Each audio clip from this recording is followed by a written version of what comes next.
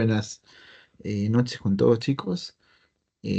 Bueno, pido las disculpas porque he estado anteriormente programado, pero por motivos de sobrecarga laboral y entre otras cositas familiares no pude asistir. El día de hoy vamos a hacer el tema de insuficiencia cardíaca.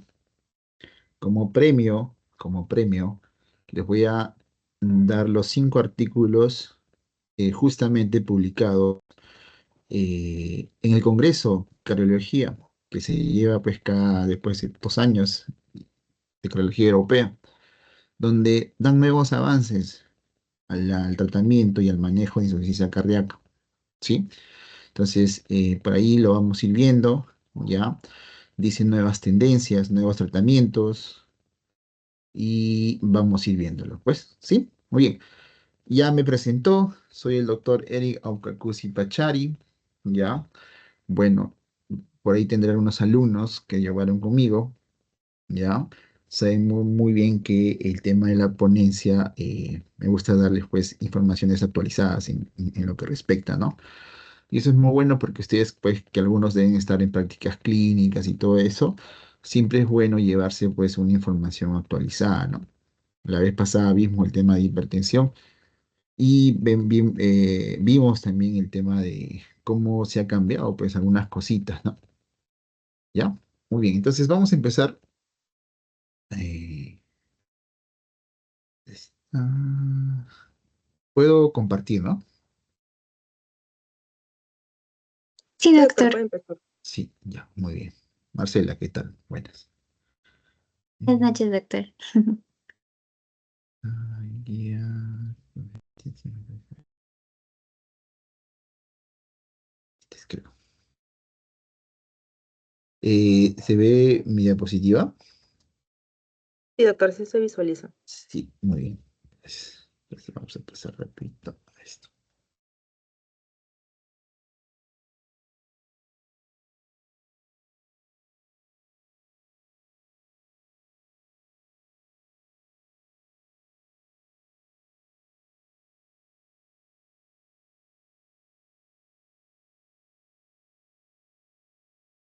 Bien, chicos, a ver, el tema de hoy vamos a tratar un poco de insuficiencia cardíaca.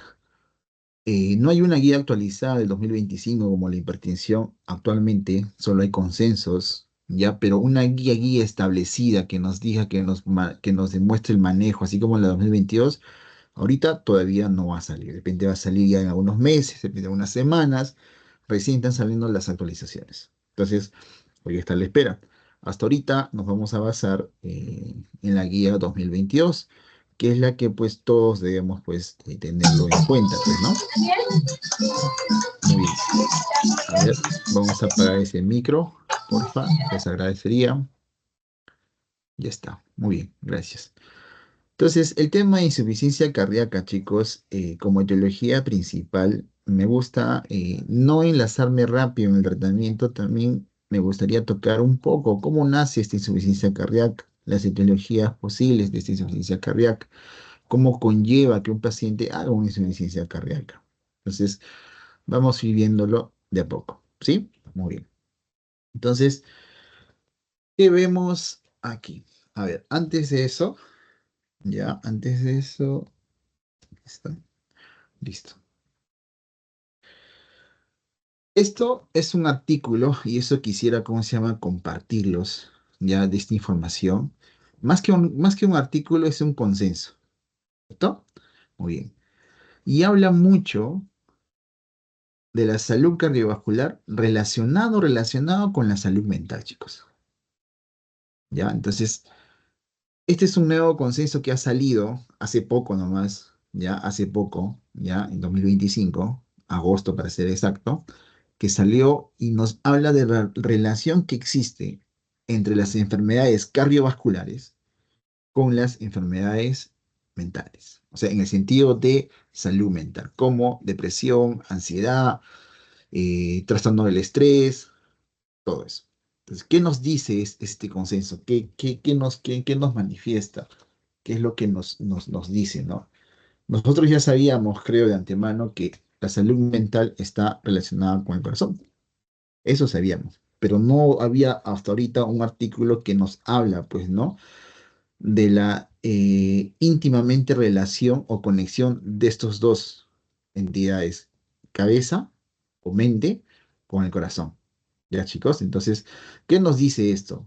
Esto nos dice básicamente que la depresión, la ansiedad, el estrés aumentan el riesgo de accidentes cerebrovasculares e infartos. Al revés, mientras que tener una enfermedad cardiovascular aumenta mucho la posibilidad de qué? De tener un problema de salud mental. Entonces, cuando ambos se combinan, el resultado es mucho peor. Entonces, ¿qué recomiendan los expertos, no? ¿Qué nos dicen ahora los expertos? Cuando un paciente llega a tu consulta, le detectas hipertensión arterial, tienes que evaluar la salud mental del paciente. Viceversa, cuando un paciente llega a tu consulta, ya tenga por problemas de ansiedad, por problemas de depresión, tienes que evaluarlo la parte cardiológica. Entonces, un paciente con ambas enfermedades es potencialmente un paciente en riesgo a sufrir, ya sea infartos, ya sea pues enfermedades cardiovasculares. Entonces, ¿qué se busca con el manejo de este tipo de pacientes? Multidisciplinario, ¿ya? Entonces, ¿esto qué quiere decir? Que cuando venga un paciente a tu consultorio cardiológico, tú tienes que evaluar la parte de salud mental refiriéndole, haciéndole una interconsulta a quién, a psicología. Psicología es la que va a derivar y va a pasar a psiquiatría, dependiendo qué tanto tiempo. Acuérdense que los desórdenes mentales en el sentido primero tienen que evaluar el psicólogo. Y si es que mediante, no sé, pues no terapias, no hay una mejoría, esta pasa pues a farmacológica. Acuérdense que la persona encargada de tratar este tipo de desórdenes es el psiquiatra. Solo el psicólogo hace la parte terapéutica en el sentido de terapias, pero que puedan llegar, pues, tics, ¿no? Tics que puedan mejorar, ¿no? Sin el tratamiento farmacológico. Muy bien. Entonces, es muy importante, ¿no? La conclusión de esta ponencia, la conclusión de este consenso, nos dice básicamente que no hay corazón sano sin salud mental básicamente. Entonces, es hora que más o menos, pues, integremos, ¿no? Un paciente que tenga, no sé, pues, un riesgo, un infarto, qué sé yo, también evaluar la parte mental del paciente. ¿Sí? Muy bien, eso le quería comentar. Creo que lo he publicado también en algunos estados por ahí. Entonces, es aprovechando, pues, la oportunidad aquí, pues, ¿no? Muy bien. Cuando hablamos nosotros de insuficiencia cardíaca, vamos primero a evaluar la parte pues cardiológica. ¿Qué es lo que ha pasado con este pacientito?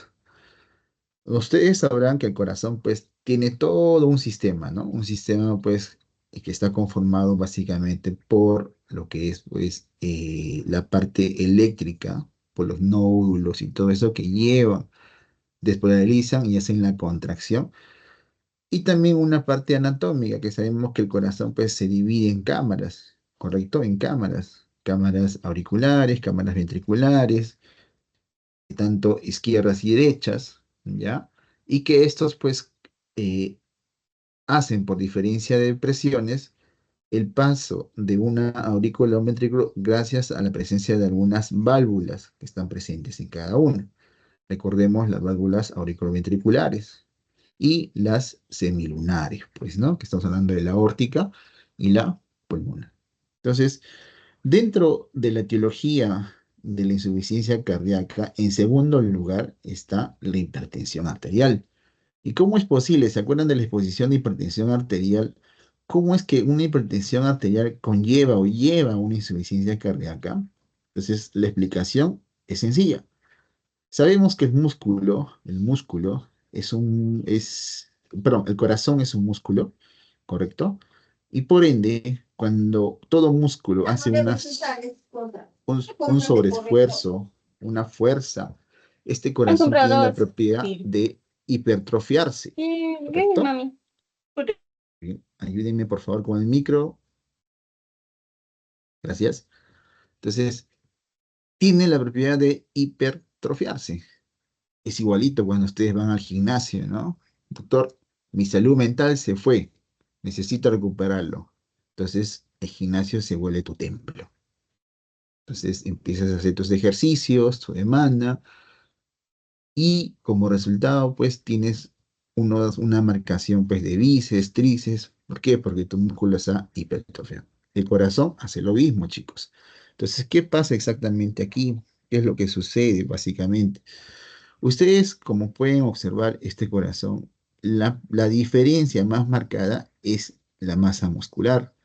Pueden ver que la masa muscular del ventrículo derecho ya es mucho más pequeña que la masa muscular del ventrículo izquierdo. Eso ya lo saben todos ustedes. Pero ¿por qué es necesario que el ventrículo izquierdo tenga esta masa muscular? Porque acuérdense que el ventrículo izquierdo va a ser el encargado de contraerse para que la sangre pase por todo el cuerpo, tanto en la parte superior, miembros superiores, como miembros inferiores. Por lo tanto, esa presión que está en el callado aórtico es una presión elevada. Es una presión mucho más fuerte, mucho más alta de las presiones que están aquí. Y es la que se busca también tener una aproximación. Cuando a veces viene un paciente, tenemos que evaluar su presión. La más exacta es la del callado aórtico. ¿Correcto? Muy bien. Entonces, por eso que esto, con el tiempo, cuando el hipertenso, en este caso, cuando la presión en los vasos periféricos incrementa, ¿ya? ¿Qué va a pasar? Básicamente, el corazón va a tener que bombear mucho más fuerte. ¿Para qué? Para vencer esa presión. Entonces, con el tiempo, esto se va hipertrofiando. Pero trae una desventaja. ¿Por qué? Porque al ocupar más masa muscular, ¿qué va a pasar con la sangre? Que si es que antes entraba, pues no sé, 1 litro, o va a entrar más o menos. Menos, doctor. ¿Por qué? Por la masa muscular que ha ocupado espacio. ¿Correcto? Ha ocupado espacio. Entonces, va a entrar menos, por lo tanto va a quedar sangre aquí.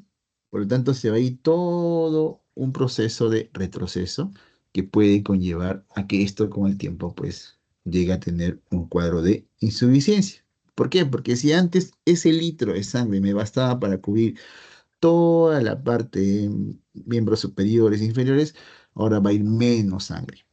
Va a ir menos sangre. Entonces, nuestros tejidos periféricos van a entrar en un estado de hipoperfusión. Entonces, tu corazón va a tener que latir más, va a tener que contraerse más, ¿ya? Entonces, pero con el tiempo va a existir un cuadro de remodelación cardíaca. Y esta remodelación cardíaca va a generar que justamente el corazón se vuelva insuficiente. Ya no va a poder bombear. Y eso es justamente la definición que pasa. ¿Qué pasa? Les dije el segundo lugar, hipertensión. Como primer lugar tenemos las coronapatías, infartos. Y es lógico, pues, doctor. ¿Por qué? Porque imagínense que ocurre un infarto, que obviamente, pues, no hay flujo sanguíneo, por lo tanto, este va a generar un cuadro de isquemia y estas células de aquí, de este lado, se van a morir. Por lo tanto, el corazón pierde esa propiedad de contractibilidad. Por lo tanto, a menor contractibilidad va a generar también que haya menos propulsión, menos fuerza para la contracción. Y así también se va a generar. Como tercer lugar tenemos a las valvulopatías. Ahí hablamos de valvulopatías derechas, que son básicamente quienes, el tricúspide y la pulmonar, y valvulopatías izquierdas, que son la mitral y la aórtica. De todas ellas, las más frecuentes son las valvulopatías izquierdas. De todas las valvulopatías, el 80% son la izquierda. Y cuando hablamos de valvulopatías, aprendemos dos entidades clínicas. Sabemos dos entidades clínicas. Insuficiencia y, ¿qué más? ¿Cuál es el otro término? ¿Alguien se recuerda? A ver, insuficiencia o estenosis. ¿Correcto? Estenosis aórtica, estenosis pulmonar, estenosis mitral e insuficiencia mitral e insuficiencia aórtica, así, ¿ya? ¿Qué es una válvula estenosada? Es una válvula que no se abre por completo. ¿Qué es una válvula insuficiente, que no se sabe si se cierra o se abre, ha perdido esa funcionalidad, ¿ya? Entonces, justamente con los chicos de Morfo 2 ahorita estamos viendo los soplos. Y cuando hablamos de soplos, hablamos pues de soplos de primer ruido, segundo ruido, tercer ruido, cuarto ruido, el cuarto ruido es patológico, pero los soplos mayormente son generados pues, por la presencia de valvulopatías. Y dentro de valvulopatías, los soplos son característicos de cada quien, de cada entidad clínica. Sabemos, ustedes sabrán, que la estenosis mitral es la valvulopatía más frecuente en qué? En la fiebre reumática. Y su soplo en la estenosis mitral es de tipo creciente, es diastólico creciente. Entonces ya son cositas que pues son otro tema, pero más o menos les doy ese dato, pues, ¿no? Muy bien. Entonces, hemos visto como primer punto, primera etiología de una insuficiencia cardíaca, básicamente son quienes, las coronopatías, pues, ¿no? Los infartos, todas esas cosas. En segundo puesto tenemos a la hipertensión y tercer puesto tenemos a las valvulopatías. Y así sigue bajando esto. Los tres primeros son estos tres órdenes que les he dado. Esto es importante saber, ¿por qué? Porque dentro de las cronopatías están los infartos, entonces cada irrigación toma un papel muy importante, cada irrigación es importante. Ahí les paso esta diapositiva en donde más o menos contribuye a la secuencia de la arteria coronaria derecha y estas cómo se dividen, a cuál parte del corazón. Acuérdense que en el EKG existen derivadas en donde nos va a permitir saber la localización de un posible infarto y qué función estaría alterada, ya, gracias al EKG.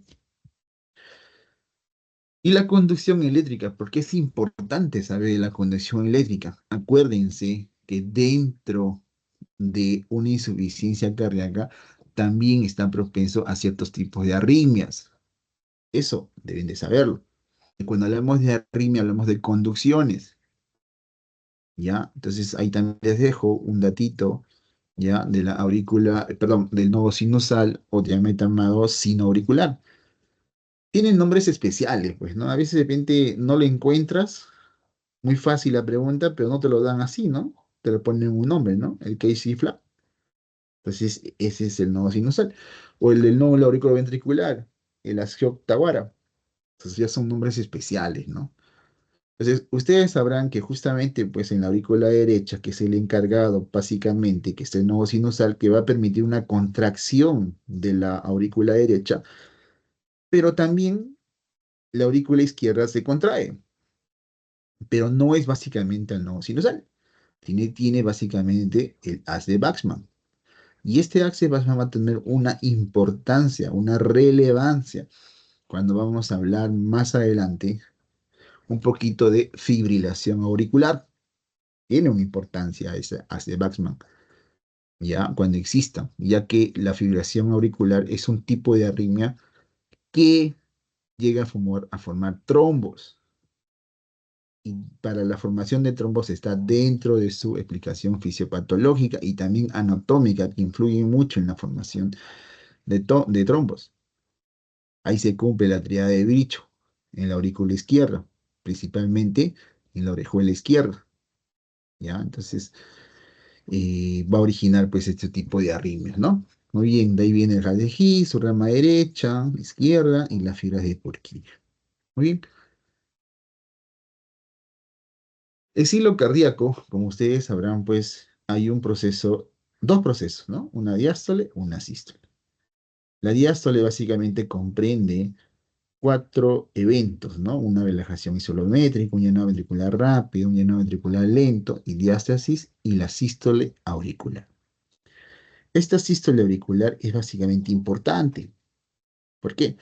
Porque es la contracción de la aurícula para expulsar lo poquito que queda allá, ¡pum!, al ventrículo izquierdo. ¿Correcto? Muy bien.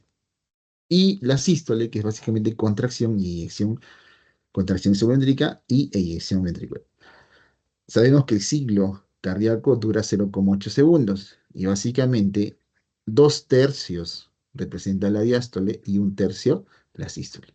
Doctor, ¿por qué me ha dado toda esta introducción? Esto yo ya lo sé, yo ya domino esto, yo ya llevé Morfo 2 y lo aprobé con 20. Te doy para que recuerdes, ¿por qué? Porque cuando hablamos de insuficiencia cardíaca, vamos a hablar de fracción de eyección. Dentro de la clasificación de insuficiencia cardíaca existe insuficiencia cardíaca con fracción de eyección preservada, con fracción de eyección reducida. Entonces, si no sabemos qué es fracción de eyección, no vamos a saber exactamente cómo medicar al paciente.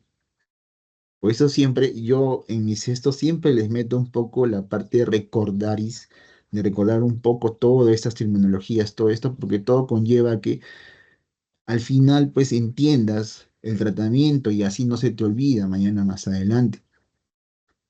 ¿Ya, chicos? Entonces, ¿qué sigue de aquí? Sigue esto. Y esto es muy importante. Quiero que me presten atención. Alguna vez seguro lo han explicado, alguna vez seguro lo han dicho. Doctor, ya me he cansado de ver esto, me ha traumado Morfo 2, qué sé yo, Morfo 1, Morfo no sé cuánto. Ya. Entonces, vamos a recordar. ¿Por qué es importante esto? Porque la fracción de eyección va a ser igual al volumen sistólico sobre el volumen telediastólico. Telediastólico. Esa es la fracción de eyección. ¿Correcto? Entonces vamos a resumir.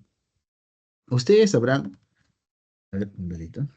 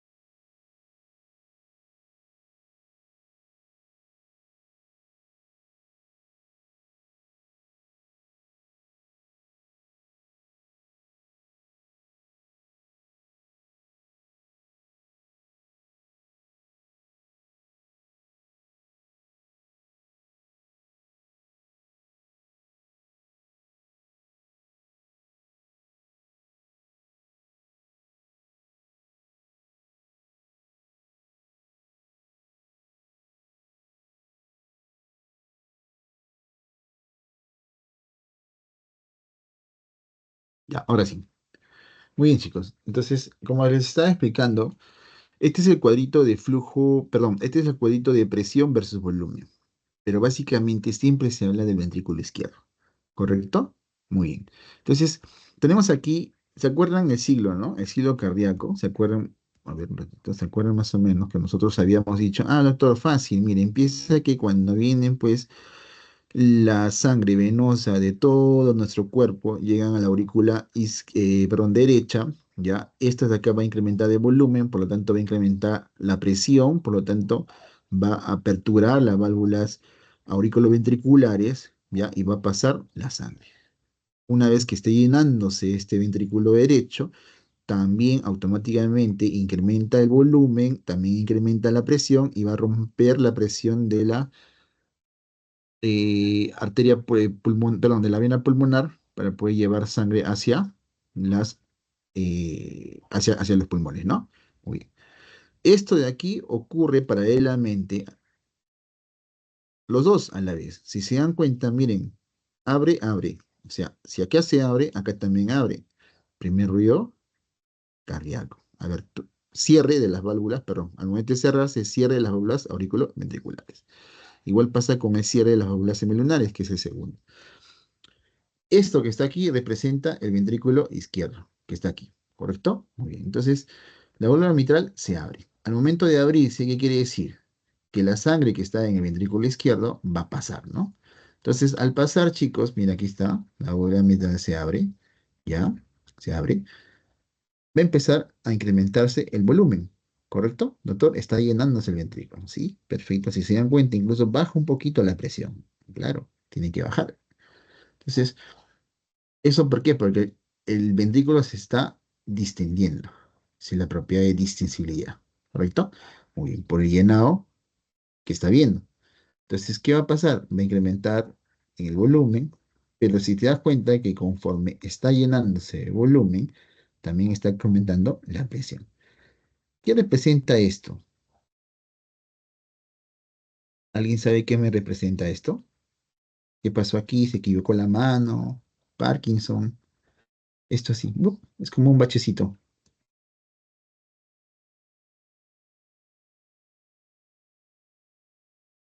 ¿Alguien sabe qué representa ese bachecito?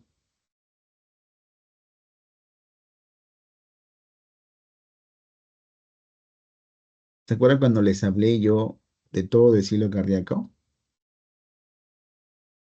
Les había dicho de algo muy importante. Y a veces por eso hay que estar atentos. ¿Qué les he dicho? ¿Cuál es la última de toda la diástole?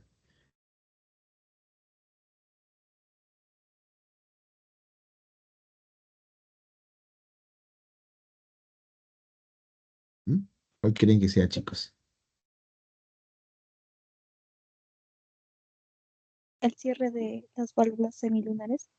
No. Básicamente contrae esto. La sístole auricular. La sístole es contracción, acuérdense. La aurícula va a dar su último esfuerzo para botar todo lo que tiene aquí y entra al ventrículo. Esa representación es eso. Miren, está llenando, doctor, está llenando, está llenando, está llenando. La aurícula empieza, ¡plup! Lo aprieta un poquito, hace sístole auricular y por eso se incrementa la presión. Esa es la llamada sístole auricular. Y es por eso que justamente cuando hace eso, automáticamente cierre de las válvulas auriculoventriculares. En este caso, la mitral, pues porque está en el ventrículo izquierdo, pero también se cierra la válvula tricúspide, paralelamente a los dos, y se cierra. ¿Y aquí empieza? La contracción. Doctor, contracción. No hay incremento de volumen, hay contracción. Claro, empieza la contracción y se volumétrica. Miren la presión, cómo se le da. ¿Ya? Este que ustedes han visto por ahí se llama la sístole auricular. Y automáticamente al cerrarse la válvula mitral, la presión empieza a incrementar. No hay variación de volúmenes. Empieza a incrementar. ¿Ya? Muy bien. Entonces va a haber un momento en que la presión, pues, que está en el ventrículo izquierdo, va a superar. ¿Y qué va a hacer? Va a ser mucho mayor a la presión que está, pues, en la aorta. Como resultado de eso, ¿qué va a ocurrir? Válvula aórtica se abre. Doctor, se abre, se abre. ¿Correcto? Muy bien. Entonces, al contraerse, mire, se está contrayendo, mira, se contrae y se abre. Mire, sigan la secuencia. Se contrae, se contrae, se contrae y se abre. Se contrae, se contrae, se contrae y se abre. Igual, se contrae, se contrae, se contrae y ¡bluc! Se abre. Y el momento de abrir ocurre el periodo de eyección. Pero si se dan cuenta, la presión sigue aumentándose y es lógico, pues. ¿Por qué? Porque la presión acá con la contracción es porque se está incrementando. Pero hay un momento en que esa presión va a bajar también, porque ya va a perder, porque la presión que está en la aorta va a empezar a ser mucho más grande que la presión que está en el ventrículo izquierdo. Entonces, eyecta y baja. Y esa diferencia de presiones en donde ya la válvula aórtica se cierra. ¿Por qué? Porque ya la presión de la callado aórtico es mucho mayor que la del ventrículo izquierdo. Y nuevamente ahí ocurre la llamada relajación isvolumétrica, donde hay una baja de presión, pero no hay variación. Entonces, chicos, ¿lo entendieron esto? Acá es prácticamente el ventrículo izquierdo. Entonces, ustedes sabrán a qué es igual el gasto cardíaco. O mejor dicho, a qué es igual la presión arterial.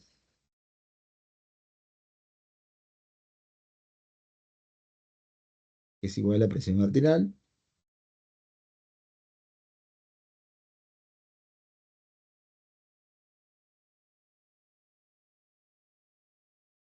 Doctor, presión arterial va a ser igual ¿a qué? Al gasto cardíaco por ¿Por qué? Por la resistencia vascular periférica. Doctor, yo sé que el gasto cardíaco va a ser igual a qué? A la frecuencia cardíaca por volumen sistólico. Esa es la fórmula, ¿correcto? Muy bien. Entonces, chicos, miren aquí. Si ustedes se dan cuenta, aquí yo tengo un volumen telesistólico.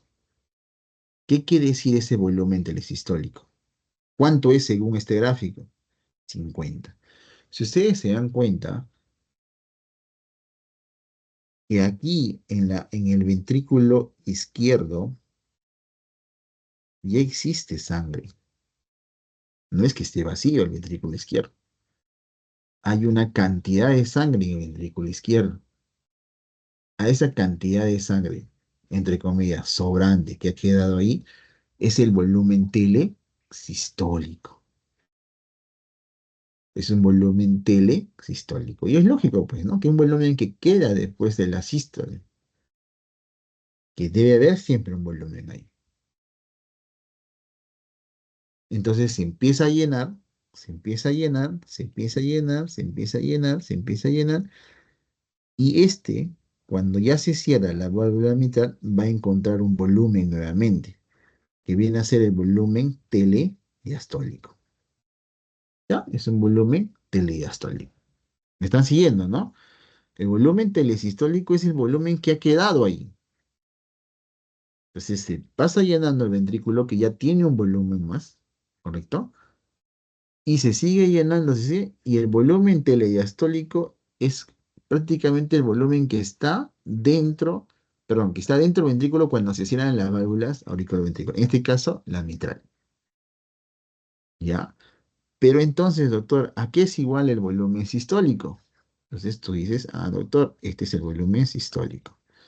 El volumen sistólico va a ser igual a qué? Al volumen telediastólico, que es todo esto, todo, todo esto, todo esto, con el menos que el volumen telesistólico, que es lo que queda. ¿Ya? Ese es el volumen sistólico. Entonces, doctor, usted dijo que la fracción de eyección va a ser igual a qué entonces? Al volumen sistólico sobre volumen telediastólico. Entonces, si es que se incrementa el volumen sistólico, si es que se incrementa el volumen sistólico, ¿ya? ¿Quién incrementa, chicos?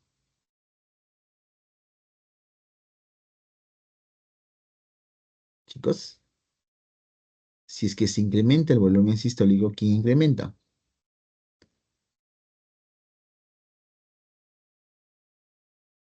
Doctor, no sé si logra ver en el chat, pero le están contestando. Bueno, Eh, Miriam le dice el FE. Muy bien, la fracción de eso.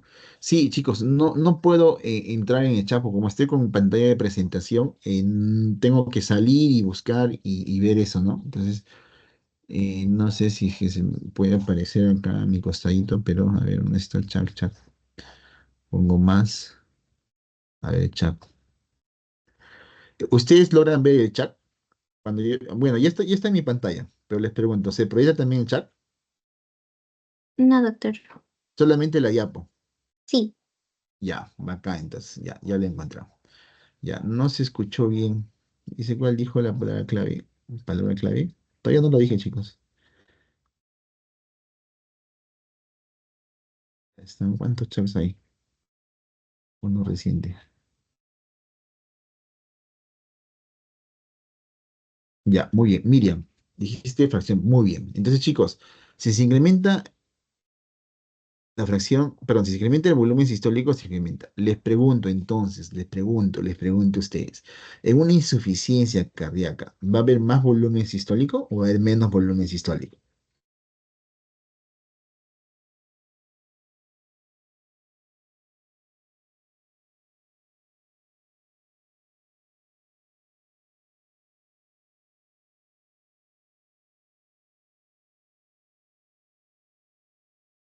Menos. Muy bien, Miriam. Menos, doctor. Es lógico, porque ya le habíamos dicho que va a estar ocupado por una masa, ¿sí o no? Va a estar ocupado por una masa, por lo tanto la fracción de eyección va a ser menos. Por lo tanto, en la clasificación de lo que conlleva a insuficiencia cardíaca, va a existir fracción de eyección reducida, fracción de eyección preservada, esas clasificaciones que lo vamos a ir viendo ahorita. Entonces, entendieron muy bien a qué se le dice fracción de eyección y en qué consiste esa fracción de eyección y cómo se calcula la fracción de eyección. Todo es volumen, si se dan cuenta. Todo es volumen y es lógico, lo que hay una alteración del volumen. ¿Por qué? Porque no está entrando suficientemente el volumen en el ventrículo izquierdo, por lo tanto no está viendo un estado de perfusión tisular y es lo que los pacientes con insuficiencia cardíaca sufren de ese estado. ¿Ya? Muy bien. Entonces, vamos a seguir avanzando.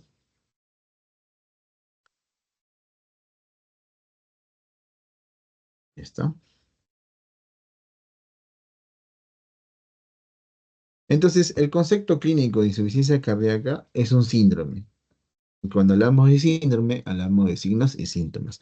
Por anomalías estructurales o funcionales cardíacas que causan síntomas como disnea, fatiga y signos como congestión, estertores y demás. Del gasto cardíaco reducido. ¿Por qué? Porque el volumen sistólico, acuérdense que el gasto cardíaco es igual a la frecuencia cardíaca por volumen sistólico. Entonces, doctor, ¿solamente sea el volumen? No. Acuérdense que las coronopatías, ¿qué hacen, chicos? Ah, doctor, cronopatía, infarto. Claro. ¿Qué pasa? No hay tejido. El tejido entra en isquemia. Por lo tanto, hay muerte celular. Por lo tanto, ¿ahí cuál va a ser el problema? La frecuencia cardíaca, porque no hay contractibilidad. Pierden esta propiedad de contractibilidad. Entonces, el gasto cardíaco se debe a esos dos escenarios, frecuencia cardíaca o volumen sistólico. Entonces, de gasto cardíaco reducido y o presiones de llenado elevadas. La guía integra la definición universal y estandarizada, terminología como ya. La nueva guía integra esto. ¿Qué es esto? Básicamente, ¿qué conlleva a esto? Entonces, primero, tienen que saber que la insuficiencia cardíaca es un síndrome clínico complejo. ¿Qué quiere decir? Que el corazón ha perdido, o sea, ha entrado en una incapacidad del corazón. ¿Para qué? Para bombear sangre eficientemente. Entonces, ¿qué va a ocurrir esto? Va a ocurrir un desequilibrio entre la demanda metabólica y el gasto cardíaco. O sea, yo necesito, mis tejidos necesitan, doctor, oxígeno. Por lo tanto, el gasto cardíaco va a bajar en este tipo de pacientes. ¿Ya? Y tipos, en este caso, insuficiencia cardíaca con fracción de eyección reducida, ¿ya? Hay también fracción de eyección preservada y también hay mixta. Esos es básicamente los tipos que existen, pues, ¿no? Que vamos a ir viéndole cada uno. Entonces, ¿se acuerdan que les decía qué es el FIP? O sea, les decía básicamente que es la insuficiencia cardíaca con fracción de eyección mejorada. ¿Qué quiere decir esto? Doctor, ¿qué quiere decir este acá? La nueva clasificación que en la guía 2022 lo ha puesto. ¿Qué es insuficiencia cardíaca con fracción de eyección mejorada? La definición es que son pacientes que inicialmente tenían una fibrilación de eyección, perdón, una fracción de eyección ventrículo izquierdo reducida, o sea, hay que decir menos del 40%, y luego con el tratamiento subió por encima del 40%. O sea, primero tenían, ¿correcto? Y luego con el tratamiento subieron por encima de 40. Entonces, ¿qué pasó con esta población? Como dice acá, es un concepto nuevo, ¿no? Respecto a guías previas. Antes no había esta clasificación, este tipo. Parece que siempre le tenía fracción reducida preservada, fracción reducida, y este es el nuevo, ¿no? Es fracción de eyección mejorada. Entonces son pacientitos que han tenido una FEC menos del 40%, en este caso reducida, y que han recibido tratamiento y han mejorado. O sea, su FEC está por encima del 40%. ¿Ya? Entonces, estos tipos de pacientes, uno, que no se deben considerarse, ¿qué dice? Curados. Dos, ¿por qué? Porque existe un riesgo de recaídas. ¿Ya? Entonces, si es que se suspende el tratamiento. Es por eso que la guía 2022 recomienda que se mantenga indefinidamente toda terapia farmacológica, en este caso, de lo que es la fracción reducida. Ya vamos a hablar de los Cuatro Fantásticos, ¿ya? Incluso si la FEBI mejora. En este tipo de pacientes, si yo veo qué dice la guía, ¿no? Dice, ¿sabes qué? Ya, muy bien. Primero ha empezado con fracción de eyección menos del 40%. Ha recibido su tratamiento, ha recibido los Cuatro Fantásticos y ha mejorado. Ahora tiene más del 40%. Entra en esta clasificación. La guía te dice que todos pacientes con eso, con esas condiciones, no se le quita la terapia, continúa. ¿Por qué? Porque va a haber recaídas. Cuando me digo de recaídas, puede haber fibrilaciones, arritmias, qué sé yo, y puedan conllevar a la muerte del paciente. ¿Sí? Muy bien. Entonces, etiologías. Habíamos dicho que la primera, habíamos recordado que la primera es la cardiopatía isquémica. Infarto agudo de miocardio previo, enfermedades arteriales coronarias, crónicas, isquemias, silentes. El segundo, el más frecuente, es la hipertensiva. Acuérdense que esto forma una hipertrofia ventricular izquierda y esto va a generar que baja o baje el volumen sistólico.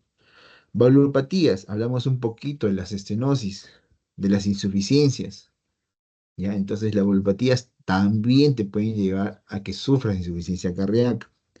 Miocardiopatías, ojo, que no solamente son las condiciones que te puedan llevar a que tú puedas desarrollar una insuficiencia cardíaca, también pueden ser tóxicas, pueden ser iatrogénicas, cuadros de arritmias, congénitas, enfermedades pericárdicas, causas metabólicas, incluso infecciones inflamatorias. Y acá hablo de quién, de la fiebre reumática.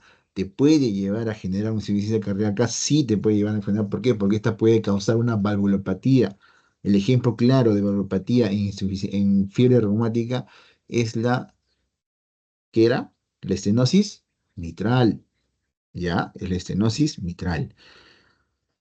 Y bueno, entre otras cosas, ¿no? Traumas cardíacos, enfermedades infiltrativas raras, pulmonares, como también, pues, hipertensión pulmonar, primaria, secundaria, un EPOC avanzado te puede dar, incluso un tromboembolismo pulmonar crónico. Entonces, es una lista, ya una lista grande, en donde te puede llevar o puede ser una causa o una etiología que te puede causar insuficiencia cardíaca.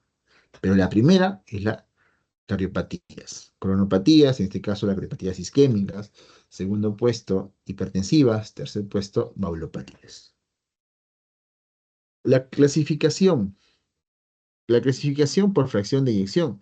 Sabemos que existe una insuficiencia cardíaca por fracción de eyección reducida, ya que es menos del 40%, ya que es la que más o menos toma la dimensión disfunción sistólica predominante. ¿Correcto? Luego tenemos, ¿ya? Una fracción de eyección, ¿ya? Una insuficiencia cardíaca con fracción de eyección entre 41 y 49%, ¿ya? Eso básicamente es una disfunción sistólica leve o en recuperación, pero luego tenemos, pues, una fracción de eyección reservada, mayor del 50%, que es una disfunción diastólica con presión de llenado elevado. La nueva categoría que te mencioné, la nueva categoría que te mencioné, ya que son pacientes que han recibido terapia y han mejorado, y su fracción de eyección se ha elevado, ¿ya? Es con fracción de eyección mejorada, más del 10% sobre la basal tras tratamiento, ¿no? Entonces hay un cuadrito que resume básicamente todo esto, ¿ya? Y que nos dice los cuatro fenotipos, ¿no? Los cuatro fenotipos que existen para la clasificación de la insuficiencia cardíaca, ¿ya? Con fracción de eyección. ¿Es la única clasificación? No. Tenemos una clasificación llamada la NIJA 2025, básicamente que trata sobre cuatro tipos de clases. Ya te dice, según para la insuficiencia cardíaca, mediante la clasificación de NIJA, tipo 1, sin limitaciones en las actividades físicas habituales, ausencia de síntomas. Esto básicamente es clínico. Esta clasificación es clínica, básicamente, que conlleva los signos y síntomas del paciente. Entonces, por ejemplo, en la tipo 1 es un paciente con fe reducida, ya asintomático en esfuerzo. O sea, no siente el paciente una disnea marcada, no hay una fatiga marcada, ¿no? Sí, cansa, sí, pero es tolerable el cansancio. En la de tipo 2, limitación leve, pues, ¿no? Síntomas con actividades físicas ordinarias, por ejemplo, el de ir a comprar al pan, qué sé yo, ya te va a causar cierto tipo, no tan marcada, pero hay una leve, ¿no? Una leve limitación, ¿no? Disney subir escaleras rápido. Luego tenemos la de tipo 3 que son limitaciones marcadas, síntomas con actividades físicas menor que lo habitual. Caminas 2 cuadras y estás disneico. Y la parte última, que es la clasificación NIJA tipo 4 son síntomas en reposo. Pacientes que no están en actividades, pacientes que están tranquilos, sentados, se empiezan a cansar. Pacientes que se están poniéndose la pijama, sentaditos, se empiezan a cansar. Ya entonces nos estamos viendo pues, la marcada, ¿no? La marcada sintomatología de insuficiencia cardíaca en tipo 4. Entonces hay disnea en reposo. Incluso el paciente pues entra en edemas, ¿por qué? Por un cuadro de congestión, ya, edemas severos en este caso. Luego tenemos la clasificación por estadios que recomienda la AJA, ¿no? La AJA 2025, ¿no? Nos dice que paciente en estadio A, B, C y D. Así lo clasifican, pues. Paciente B es pre-insuficiencia cardíaca, así como prediabético, así como prehipertenso, hay una B, ¿no? Una B y una C ya cuando hay manifestaciones sintomáticas. Y por último, la D es cuando hay una insuficiencia cardíaca avanzada y refractaria, ¿correcto? Muy bien, entonces hablamos en la de tipo A, factores de riesgo sin anomalías estructurales ni síntomas de insuficiencia cardíaca. Entonces, ¿qué quiere decir? Que hay pacientes que tengan, ¿quiénes? Son los llamados diabéticos, pues son los llamados hipertensos, obesidad, queratoxicidad previa. Claro ejemplo de esos pacientes que me pueden llevar a hacer insuficiencia cardíaca. Todo ese paciente entra en categoría A, solamente con tener la comorbilidad. En cambio, B, los pacientes con estadio B ya tienen una fracción de eyección reducida asintomática, pero una hipertrofia ventricular izquierda, pero el péptido natriurético de tipo B elevado. Ojo que dentro de los péptidos natriuréticos, ya el BNP es el marcador, es el único péptido natriurético marcador de insuficiencia cardíaca. Ya, ese es un dato importante. ¿Ya? Muy bien. Así que cuando ustedes vean que hay un pacientito que cree que esto, pídanle laboratoriamente su marcador de pectino tiroidítico, ¿ya? Cuando hay insuficiencia cardíaca sintomática, enfermedades estructurales con síntomas o signos de insuficiencia cardíaca, ya tenemos la de tipo C. ¿Qué quiere decir? Acá sí hay sintomatología. Acá sí hay disnea, edemas, ortopnea con fracción de eyección reducida o preservada. Y por último tenemos la de tipo D, que es más avanzada. ¿Ya? Requiere soporte inotrópico, trasplante o asistencia ventricular. Sí, entonces son prácticamente las clasificaciones que uno sea. La más siempre usada es la de fracción de eyección, pues, ¿no? Es creo que en la mayoría de los exámenes les viene, ¿no? Esa es la que más preguntada también. Hay una guía americana, una última actualización, que pone básicamente, pues, unas categorías, ¿no? Una clasificación, una guía americana, ¿no? Que le pone insuficiencia cardíaca de novo, o sea, nuevo, insuficiencia cardíaca crónica, insuficiencia cardíaca aguda descompensada, insuficiencia cardíaca avanzada y refractaria. Entonces, ese es su criterio de clasificación según la guía americana de cardiología, ¿correcto? Ellos ponen también su parte en lo que es la clasificación. Cuadro clínico, síntomas, le hemos dicho, disnea, fatiga, edema periférico, ortopnea, disnea paroxística nocturna. Dentro de los signos son los que nosotros vemos, inquietación yugular, crepitantes pulmonares, hepatomegalia, ritmo de galope. Nuevos marcadores clínicos, fatiga muscular precoz, disfunción congénita por hipoperfusión cerebral. ¿Ya? Bien. Diagnóstico. Básicamente, el gol estándar es una ecocardiograma. El gol estándar para diagnosticar insuficiencia cardíaca ya es ecocardiograma, ya para la FEC básicamente. Biomarcadores, les había dicho, el BNP, pectivo natriurético, ya elevados, ya. Y resonancia magnética cardíaca, ¿no? Si hay un tipo de fibrosis o miocardiopatías infiltrativas, ¿no? Básicamente. Tratamiento actualizado, ¿qué nos dice? ¿Qué es lo que nos dicen, no? Los llamados cuatro fantásticos, por ahí lo hayan visto, lo hayan leído. Yo les digo los cuatro pilares para el tratamiento de la insuficiencia cardíaca, ¿ya? Entonces, se ha visto fuerte evidencia de la baja de mortalidad de estos cuatro familias, ¿ya? Cuatro familias. Entonces, ¿qué tenemos básicamente? Terapia cuádruple. Empezamos con IECAS, ARA2, en este caso la combinación perfecta entre sacubitril y valsartán. ¿Qué es el sacubitril? No es un IECA, por si acaso. Valsartán es un ARA2. ¿Qué es el sacubitril? Ya, lo vamos a ir viendo, ¿ya? Lo vamos a ir viendo ahorita, ¿ya? Luego tenemos los betabloqueadores, bisoprolol, calvedilol, metoprolol, ¿ya? Luego antagonistas, ¿ya? ¿De qué? De los receptores, ¿ya? Como la espironolactona, la esplerenona, inhibidores SGLT2, que está evidenciado básicamente en la disminución de la mortalidad en pacientes con insuficiencia cardíaca, con fracción de eyección reducida, menos del 40%. Estos inhibidores SGLT2 también son hipoglicemiantes, pero se ha visto su importancia clínica en pacientes con cardiopatías, en pacientes que tengan insuficiencia cardíaca, y el uso de diuréticos en pacientes que están precongestionados. Como ustedes sabrán, no mezclar siempre enalapril con losartán. No le puedes dar, porque puedes causar hipotensión. Nunca dar un ARA2 junto a un IECA. Eso llévense en la cabeza desde ahorita. Nunca tratar al paciente ARA2 con IECA. Vas a hacer ARA2 o IECA. ¿Sí? Entonces, ¿qué son básicamente? Pues, ¿no? Son antagonistas receptores que, ¿qué es el sacubitrilo, valsartán, el ARNI, ¿no? Básicamente son, se me dio el nombre, estos son inhibidores de la neprilicina, ¿ya?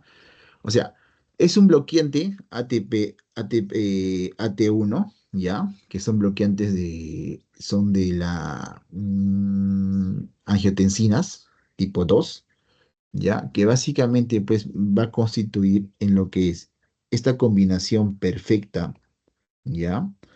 Montero Láser, esta combinación perfecta que es el ARNI, ¿ya? Combina un Balsatran, que es un ARA2, ¿ya? Con un inhibidor de neprilicina. ¿Qué es la neprilicina? ¿Por qué tengo que inhibir a la neprilicina?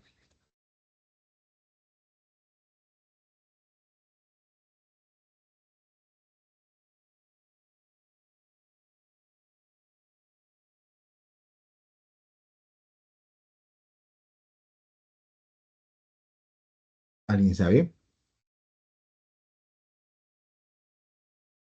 Porque, doctor, la neprilicina es una enzima, básicamente, que degrada a los péptidos natriuréticos. Acuérdense que los péptidos natriuréticos son vasodilatadores, ¿correcto?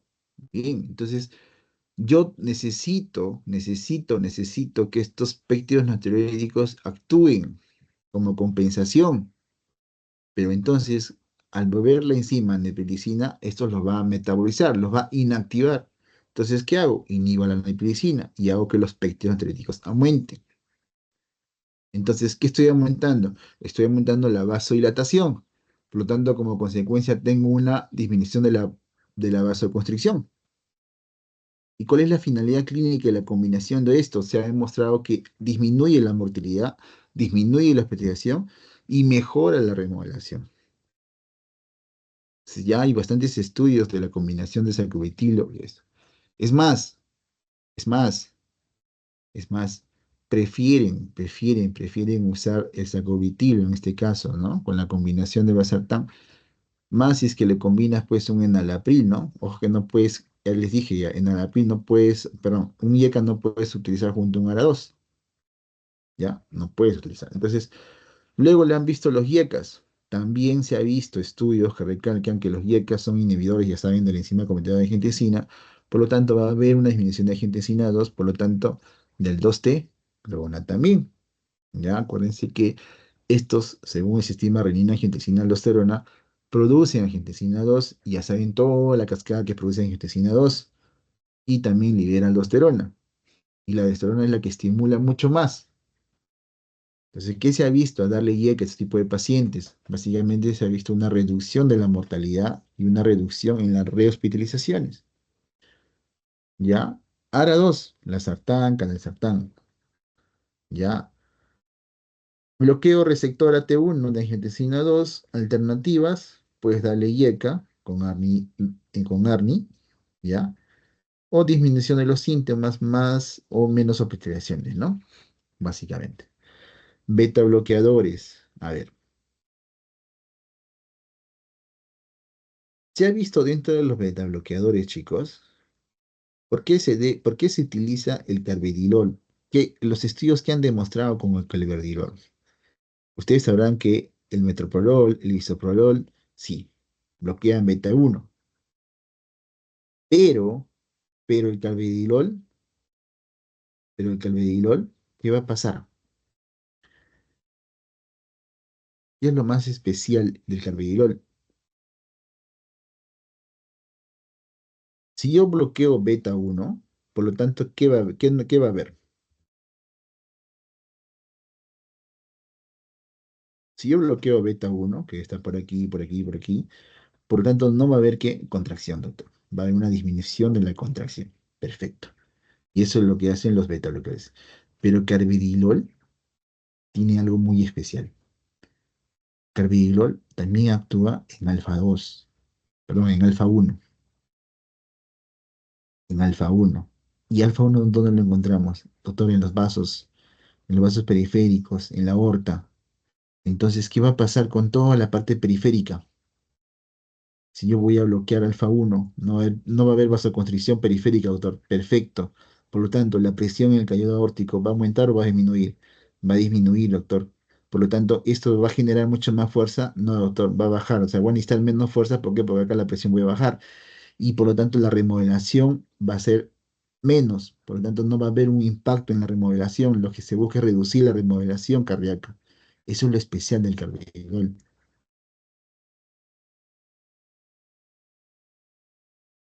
¿Ya? El carburador, eso es lo especial, chicos. ¿Ya? Eso es que lo hacen en beta blogs, el carburador es muy bueno. Se ha visto en bastantes estudios que favorecen justamente a eso, pues, ¿no? Entonces, ¿qué va a decir? ¿Qué va a pasar? Disminución de la frecuencia cardíaca, por lo tanto, va a haber una disminución del consumo de oxígeno. Y, ojo, este dato es importante, aumento de la organización inversa. Va a mejorar. ¿Por qué? Porque con el carburador yo voy a reducir la presión periférica, por lo tanto no voy a contraer mucho más, en cambio la remodelación se va a invertir y va a ser mucho mejor. Finalidades clínicas, disminución de la mortalidad, disminución de hospitalizaciones y va a haber un aumento de la fracción de eyección del ventrículo izquierdo, es lo que se busca. Espironolactona, esplerenona, antagonistas de la aldosterona, de los sectores de la aldosterona, natriuresis y disminución de la fibrosis, pues, ¿no? Disminuye mortalidad y hospitalizaciones. SGLT2, el dapaglifosina y el empaglifosina, son inhibidores del cotransportadores sodio, glucosa, ¿ya? Por lo tanto, va a ocurrir una glucosuria. Puede llegar que estos pacientes sufran infecciones urinarias, ¿ya? Por lo tanto, va a haber una disminución de la precarga postcarga. Como consecuencia de esto, se ha demostrado en bastantes estudios que reduce la mortalidad cardiovascular, reduce las hospitalizaciones por insuficiencia cardíaca, con o sin diabetes mellitus. Es la importancia. Es por eso que un paciente, es por eso que un paciente que tenga riesgo cardiovascular y es diabético, es SGLT2 de elección. No hay nada más que decir de elección, ¿ya? Hay otros fármacos como diuréticos de asa, hidralazina, iba, ibabradina, vericiguat y digoxina, hierro, en pacientes que tengan pues déficit de hierro, y omacalcicarbil. La digoxina es un antiarrítmico de elección en esta combinación. Cuando un paciente tiene insuficiencia cardíaca congestiva más fibrilación auricular, la digoxina es de elección. ¿Por qué, doctor? Porque ellos son inotrópicos positivos con inotrópicos negativos. Entonces, la digoxina inhibe al sodio potasio ATPasa, por lo tanto va a aumentar la concentración de calcio intracelular y va a aumentar el tono vagal, ¿ya? Por eso que justamente, pues, es de elección. ¿Por qué? Porque una insuficiencia cardíaca congestiva, lo más probable es que ese paciente esté congestionado, está congestionado, por lo tanto debe tener un cierto grado de edema pulmonar. Y yo no puedo darle un antiarrítmico que haga vasoconstricción a nivel pulmonar, broncoconstricción en este caso. Yo tengo que darle un antiarrítmico que no afecte, y de elección es la dioxina. ¿Sí? Muy bien, entonces ahí les dejo este cuadrito, ¿ya? Resumido, básicamente los cuatro primeros son de elección, ¿ya? Los cuatro primeros son de elección. Cuando me digo los cuatro primeros son, pues, ¿quiénes? Estos tres en uno solo, dos, tres, cuatro. ¿Ya? Estos tres marcan en uno solo. Beta bloqueadores, espinolactonas y SGLT2, o antagonista de la aldosterona, ¿no? Y SGLT2, básicamente. ¿Ya? Muy bien.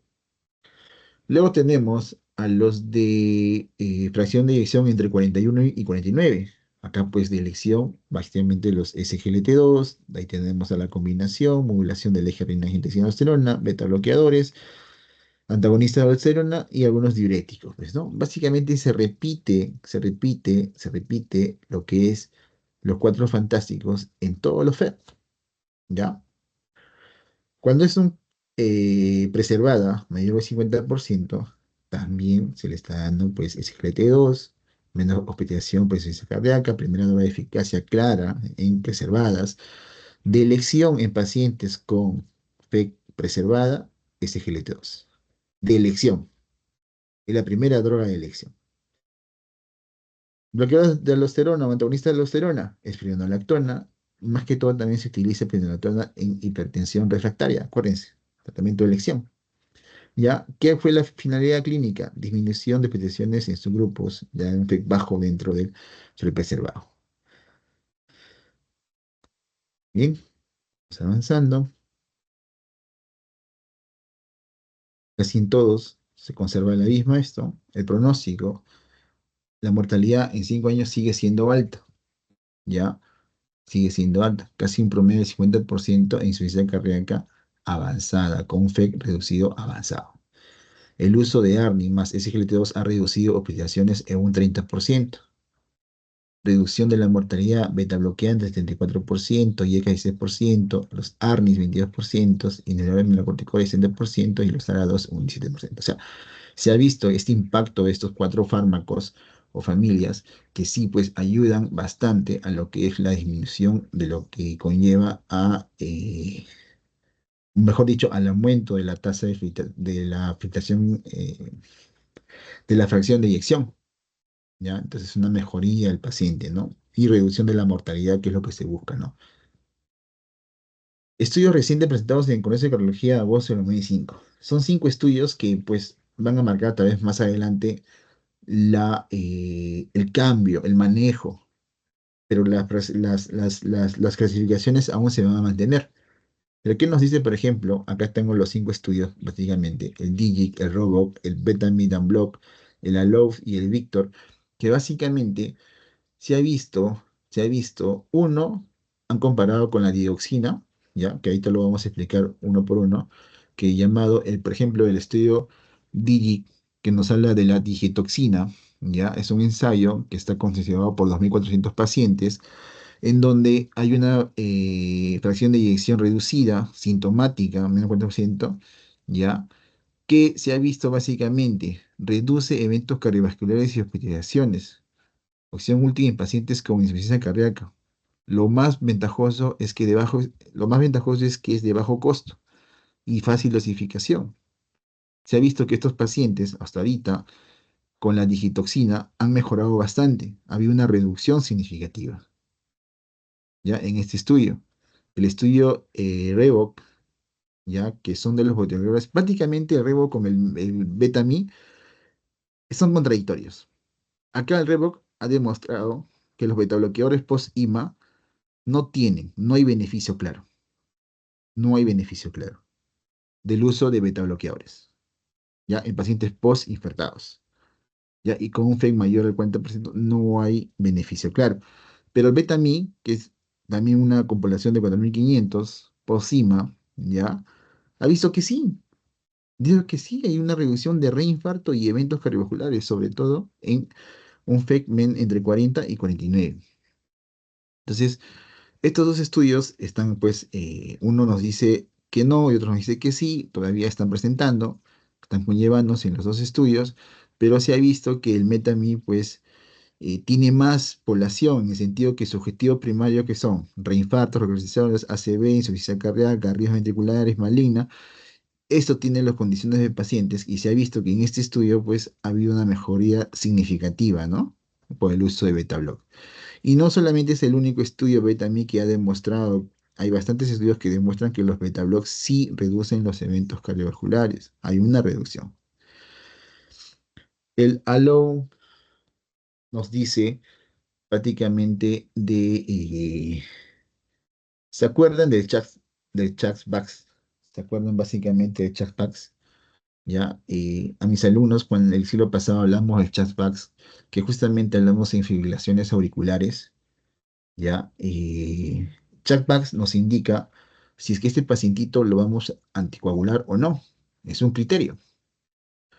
Pero el Jack Bax 2024, dentro de todos sus ítems, cambió un solo ítem, que es el sexo. Antes de 2024 se consideraba a la mujercita como un factor de riesgo para llegar a formar trombos. O sea, por el hecho de que tú seas mujer, ya tenías un punto en el Chatbox. En el 2024, la guía prefirió retirarlo. Mediante un consenso dijo, no, sexo. ¿Por qué? ¿Por qué se retiró? Porque obviamente entraba en conflicto en una población, en el aumento de transgéneros. Imagínate que llegaba un transgénero a tu guardia o a tu emergencia, entonces la pregunta era, ¿le anticoagulo? ¿No le anticoagulo? ¿Le considero un punto en mi Chaxbox? ¿O no le considero un punto en mi Chaxbox?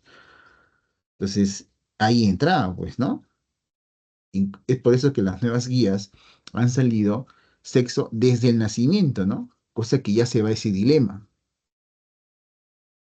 ese conflicto. Entonces vamos a esperar hasta más o menos qué nos dice, pero si ustedes se dan cuenta y entran en Chatbox, no van a encontrar sexo, pero busquen la del 2023 si van a encontrar sexo dentro de sus sexos.